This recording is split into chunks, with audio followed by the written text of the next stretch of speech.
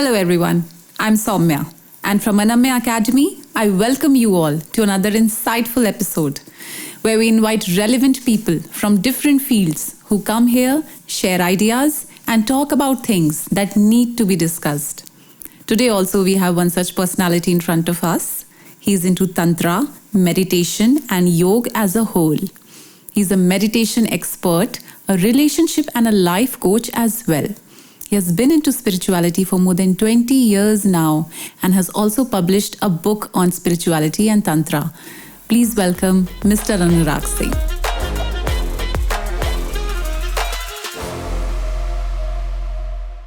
Thank you for coming to our show, Anurag. It's lovely to have you here. Thank you. What is psychic readings? Do you do that? Psychic reading is nothing but to understand and read the subtle energies which are already present in this world. All right. In this world or around people as well? Yeah, so around people is a part of this world, right? Right. We are the part of this world. So this energy is very subtle. Only people who are so minute can understand and see that energy. Not everybody can see that energy. So people who are awakened, they can see it. Yeah, people who are awakened. Or blessed, maybe. Yeah, could be both. Or could be either of them. They can see such energies. And whatever is happening in this material world first comes into the form of energy. And then manifests into this material world.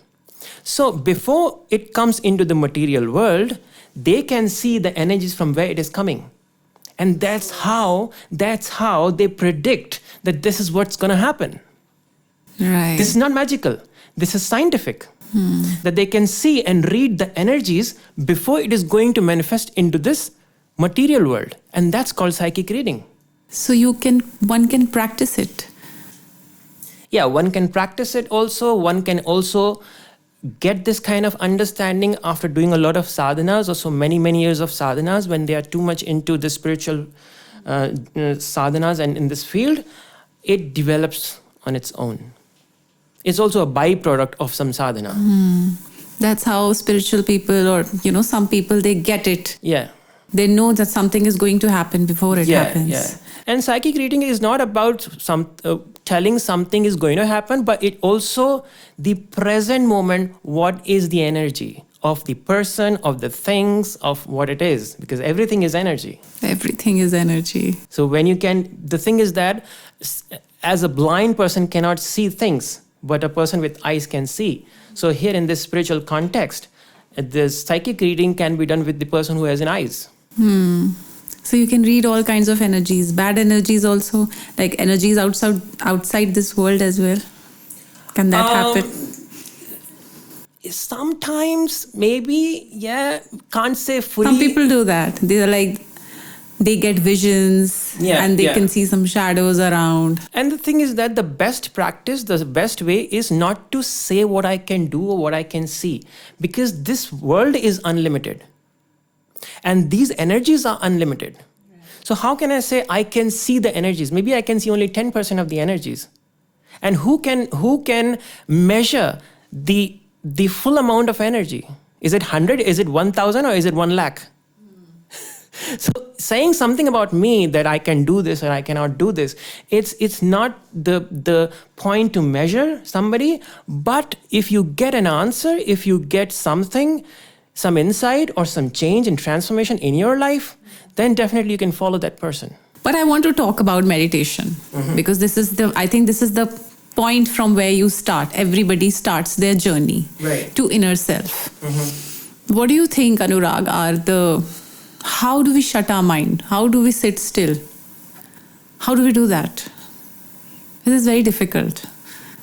Okay, the thing is that this is a question that I keep getting from a lot of people, and I advise them none other than my course. So I don't think that I'm promoting my course, but the thing is that I have made my course in such a way that are techniques which does not have any visualization or any other kind of thing. So the techniques which I tell is based on nothingness. How to go into the state of nothingness and knownness, which is stillness. And when you meditate on such things, that you want to go into nothingness and stillness, the thought process will come down. And that's how you shut Thought yourself. process will come down. It won't stop. If it would stop, you would become realized. Yes. The moment it completely stops, you know everything. So it never completely stops. It will, but it will take time, maybe 10 years, 20 years, 30 years, 40 years. Like Buddha or Jesus, their thought processes come down completely. Only when you would just cease your thought process completely, you would then know the reality. And you also practice Tantra. Yes. Would you like to talk about it? Tantra is,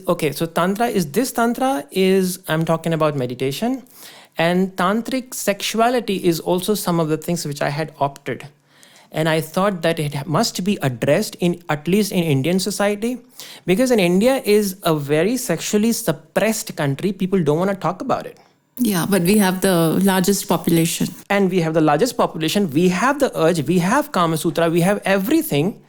But then we don't want to show our desires like it is something bad. And if it is something bad, Rama was born out of something bad, or Krishna was born out of something bad. If that is bad, that means Rama or Krishna was bad, right? So that means this process is not bad. The way we look is completely bad. And that's how, and since we see and perceive things which brought you into this life, your entire life will be chaotic. The mental process will be completely chaotic, and that's what is happening. If you can accept that and respect that, you will also grow higher into spirituality and to yourself. How do we do that? Again, there are ways then you can do it. Give us some insights, gist. It's coming from India, right? Yeah, it's coming from And India. still it's not popular in our country, and it's very popular In the all West. over the world. Yes. But we need to talk about it. So if you can tell our viewers exactly how this can change their lives. The most important thing that I have found in Tantra is that it's not only to give respect to this particular things, but also to transform this energy so that you can use this energy, this sexual energy, for your immune system, for your consciousness, for your intelligence, and for your well-being. Okay. So that people are completely unaware of. Right. But the thing is that if we see that the same energy which can bring life into this planet can also bring lives into your life. That means it can also heal certain things in your life. Only you need to channelize your energy. Right. Channelize the sexual energy in a way so that it can become a guiding force for you. And like, okay, I have the fuel, but if I would put the fuel in F1 racing car, it will race. But you do not know how to put this into this racing car. And that's what I teach. That's what I tell. That how to put it into this, how to transform your energy. Otherwise, it's going haywire. Right. Anurag, I want to ask you, like, what are the key features of sexual tantra, and how can men and also women benefit from it? Okay, the thing is, in sexual tantra, what is taught is how to sublime your energy. How to sublime and transform your sexual energy. The energy that we feel down there, and also in our genitals, that energy can be also transformed and go into the brain. Okay. And once it goes into the brain, it can create tremendous results. Like memory power can be increased, like your consciousness can be increased, your psychic ability can come up, and you can do wonders. Even if you're not able to meditate, it can help you go into the meditative states. It will also boost your immune system. You don't have to take any medicines. If you're practicing Tantra, then your immune system is already raised. And that's one of the most wonderful things that can happen. That means the medicine is there within yourself. But we do not know how to do it, how to make it. We do not know the the process of making it in our factory. The factory is there, but we are not making it. We're just taking it out from our body. Just thinking that this is only a bliss. It's not only a bliss, but it's a creative force. If we can just utilize it in a way, it can make changes into your being. So that can happen in men's body and also in women's body, in both the bodies. So they have to practice it daily? Or Yeah, just they have to like they practice. know There are small little practices. They don't have to practice like 1 hour or 2 hours, sometimes 10 to 15 minutes or 20 minutes. And the best part of it, they don't need a partner. All right. They need to do it everything on their own body, in their own private space. Okay. Just like any meditation or any of the yoga practices, the Tantra practices is also firstly done on your own body. First of all, you need to make your body in a way so that they can take higher energies. And Tantra practices is to acclimatize your body so that you can then practice Tantra with others, with your wife or whatever. All right. So does it cure diseases as well? It definitely cures diseases. It cures like PME, like premature ejaculations and erectile dysfunction, and also the cyst in women's body, everything. It actually PCOS, addresses. that's very popular. Yes. Because there are practices related to that organ, which you would not find it anywhere else, also not in the medical sciences. It's so strange that it's coming from India, but we are not practicing it enough. Osho used to practice this, or it's one of... Osho always used to say, but he never disclosed the practices, I believe. And somebody says that only it's because of the Indian society, they confined this Tantra that time also for Westerners only. And that was a strange thing. Is it getting popular now? Like it is... It's getting popular, but still not that popular. And also I tell you, it's not for everybody. It's for people who really want to raise their consciousness. Because if you're not serious enough, you would just go into the sexual act and would not transform your energy. And that's what is also happening. Right. Like on the name of Tantra, they are practicing sexually, but that's not what it is. It's about bringing your energy up, transforming your sexual energy into the energy of love and consciousness. All right. You can only do that when you are away from the sexual act. You are not involved into it. And most of the people are completely involved into it. And when they are involved into it, they cannot go up. And I think most of you see everywhere, sex is the center point. When sex is the center point, even if they would be practicing, they would only practice to make this sex life better and not their spiritual life better. Yes. And that's how they misunderstand it. That is very insightful and a very unique practice, I would say. Right. So how much time does it take, your courses, your modules? Yeah, I offer 1 month of course, which is an online course. And and there are practices different for men and women. They can do it. I just only tell them they have to do the practice on their own, in their own private space. Okay. I only just tell them the practice and they see the results within their body. It's just like a transformation of the energy, how you're feeling. That's all the course is all about. Okay. All right. One question. This is my question. I think all working professionals would want to ask this, that how can we incorporate meditation or some kind of spiritual practice into our very busy lives? How do we do that? I think everybody in the corporate world must opt for the meditation practice, because meditation is the only way right now for them to calm down their mind. And how they can calm down their mind is just because because all of us are very stressed. There is so much pressure. Yeah. From all over, whether it's work or relationships, nothing is stable. Right. So what I can understand is stress is nothing but the product of a lot of thoughts and a lot of chaotic thoughts in our minds. Yeah. And somehow if you can decrease that, somehow if you can diminish that, your stress level will also go away. So what is your unique way to meditate? Or do you have one set selling technique that always works. Yeah, I actually always tell them people to do meditation which is on the nothingness. And I also give people the kind of meditation which will lead you to the state of knownness.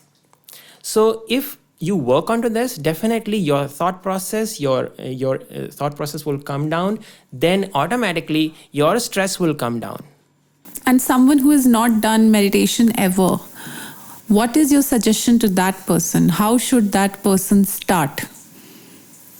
Then also, there are techniques that I tell them, or they can opt from anywhere else where the meditation is based on nothingness and not on any visualization technique. It's purely breath work, right? Not the breath work. It can be breath work, it cannot be breath work. Breath work is only one tiny part of this process, because there are 112 different kinds of techniques given in this Vigyan Bhairav Tantra. And I tell you, this Vigyan Bhairav Tantra is a conversation of Lord Shiva and Goddess Parvati. Okay. So this is how pure it is. And when Goddess Parvati asks Lord Shiva, then why people are in grief and in pain in this world and what's a way out? Then Lord Shiva says, these are the 112 techniques you can apply onto yourself and feel the result. I cannot tell you. Okay. This is how he actually explained it to the world. So people from all over the world are practicing in it, and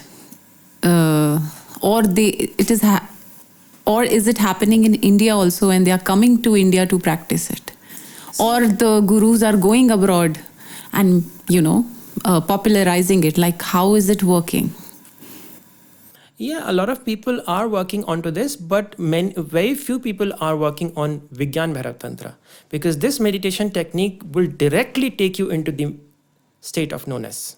And that people are missing. People are working on other techniques, visualization techniques. It is knownness, N-O. Yes. Knownness. Nothingness. Nothingness. Yes. Okay. All right. And is like mindfulness, we talk about it a lot, that be mindful. This is also a kind of spiritual practice or a meditative state. What do you have to say on that? How can we be mindful? Because the mind is always talking. It doesn't stop. Mindful means to be into awareness.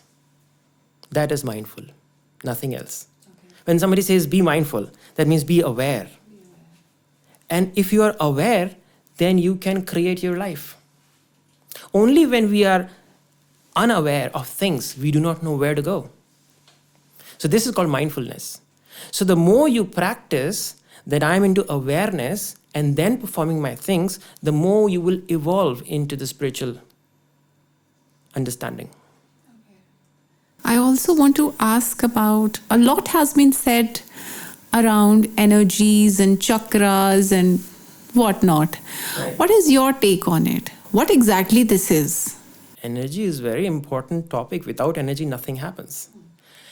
Everything is nothing but energy. Even quantum physics says everything is energy. Yes, it is. And even if I would just say you're not there, it would not be wrong, because you're nothing but energy. A lot has been said around it and about it. What is your take on it? What is it exactly? See, everything is energy. And without energy, we cannot do anything in the material world or also in the spiritual world. So, if we minutely observe that what we are doing here in this world is just nothing to take more energy. Everything is a form of energy. I am a form of energy. This oxygen that I am taking, that's also energy. Yes. The imagination that we have is nothing also but energy. Subtle energy. Love that we feel from the other person is nothing but the form of energy. So everything is evolving around energy.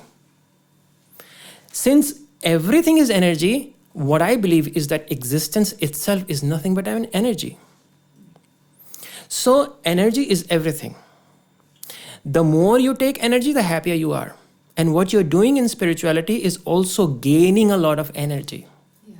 And how you're gaining a lot of energy? You're taking energy in the form of pranic energy. What is pranic energy? Pranic energy is one of the most minute particles of the energy system. Okay. So we know that everything has like electron, proton, and neutron. But the thing is that when we break that atom and we break it atom into electron and proton and neutron, it's not the last end result. If we break this proton, we also see there are quarks. It will break into quark. And then scientists also found it that it's not quark, but you just break the quark and you'll find a strings. So everything is made of a string. We are nothing but strings. And all these strings have these dimensions. Everything is there within us. And that string, since it is a string, definitely it must have been made with some of the particles. And that tiny particles is prana energy. That prana energy is the linkage between this material world and the spiritual world. Wow. This prana energy is creating this life and the world.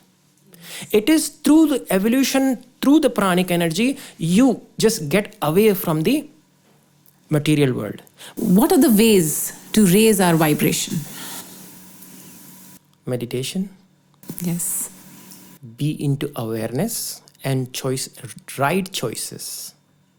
When you make right choice, then you take right energy within your body. Like I have an option. If I would just go in the evening, I have two options.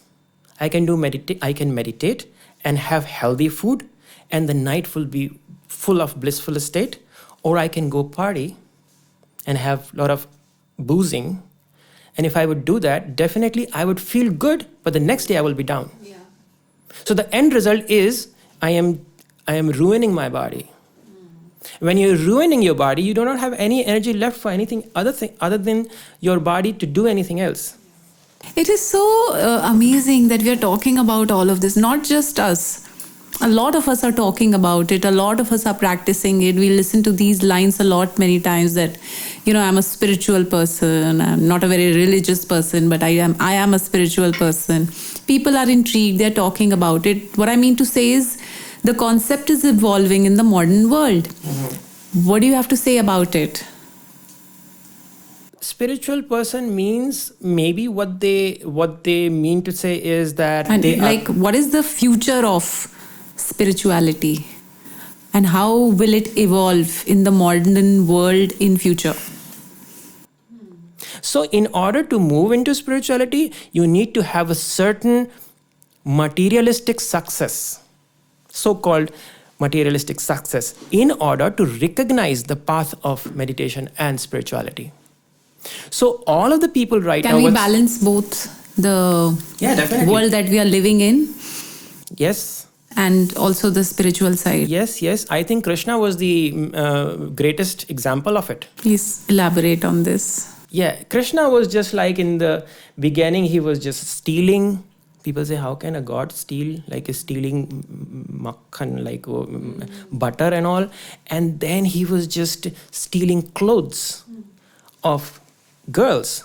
How can a god do this? And many friends, girlfriends. And many girlfriends, not only one girlfriend. Like many girlfriends. Oh my god, he has one main girlfriend and so many girlfriends. He's like a crook.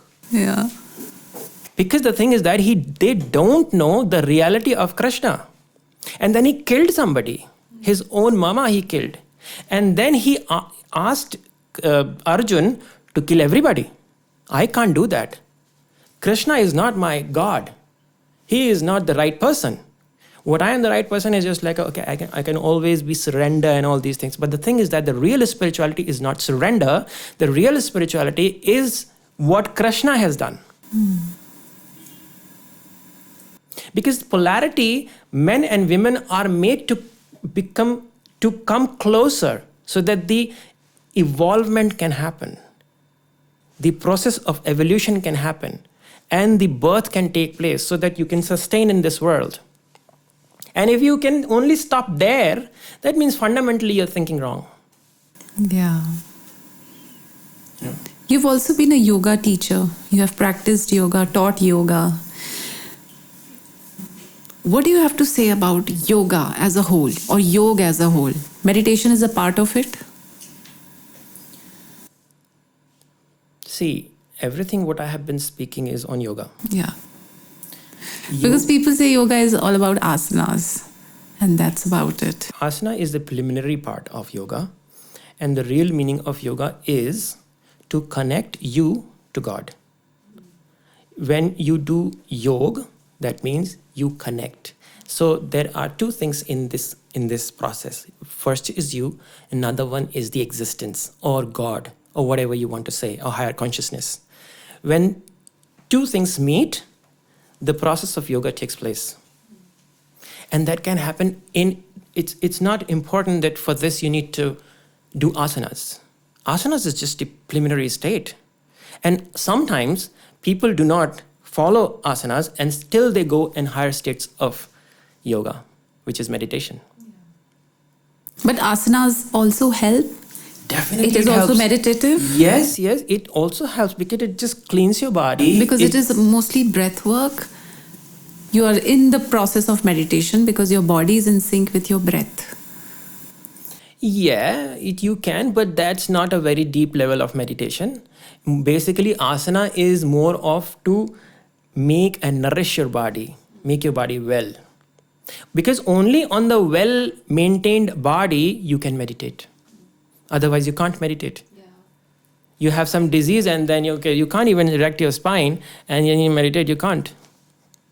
So that's why asana is important. But asana is not the goal. Yeah.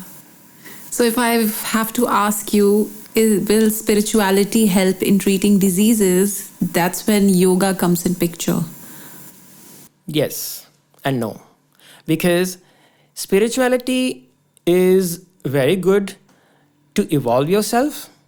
Once you evolve yourself, your consciousness evolves, you know the cause of your suffering, and that is in itself a great relief. And that insights you will keep getting in the process of a spirituality. But if I would just say that only to cure my body I'm doing spirituality, that might not give you the right results. Because spirituality is not to cure your body. Spirituality is to cure your inner being, your thought process. And once the thought process is cured, all of the outer things automatically gets cured. And what is not cured is not needed also, and it doesn't matter. Yeah, that's so nice. How can we be satisfied through spirituality? Okay, this is a good question. Along with meditation, you should perform certain mudras in your life on everyday basis. So that mudras will give you like this one energy. Yeah, and any this other? is one of the. There are several mudras. So choose some mudras or one mudra and start practicing. The good part about the mudra is that you don't have to work out, you don't have to be sweaty. You just sit there for 10 minutes and just place your fingers in a certain manner. And then feel the energy is rising within yourself. Can you just show us 2-3 mudras, different mudras? Okay, so one very simple mudra is this called Prana Mudra. That's Prana Mudra. Is whenever you feel weak, you do this mudra. Whenever we feel weak? Weak, or whenever you feel lethargic, tired.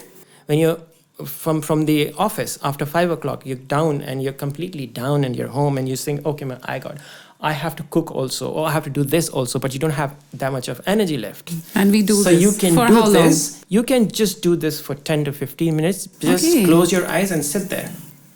You'll feel the difference. All right. It's one of the powerful mudras that you can change. But also, it depends which mudra is suitable to your personality. It's not that every mudra is suitable to everybody's personality. And that's how the work of the How will facilitator. we get to know which mudra is suiting? Either you can just try different mudras on your own, or you can just take the help of a facilitator.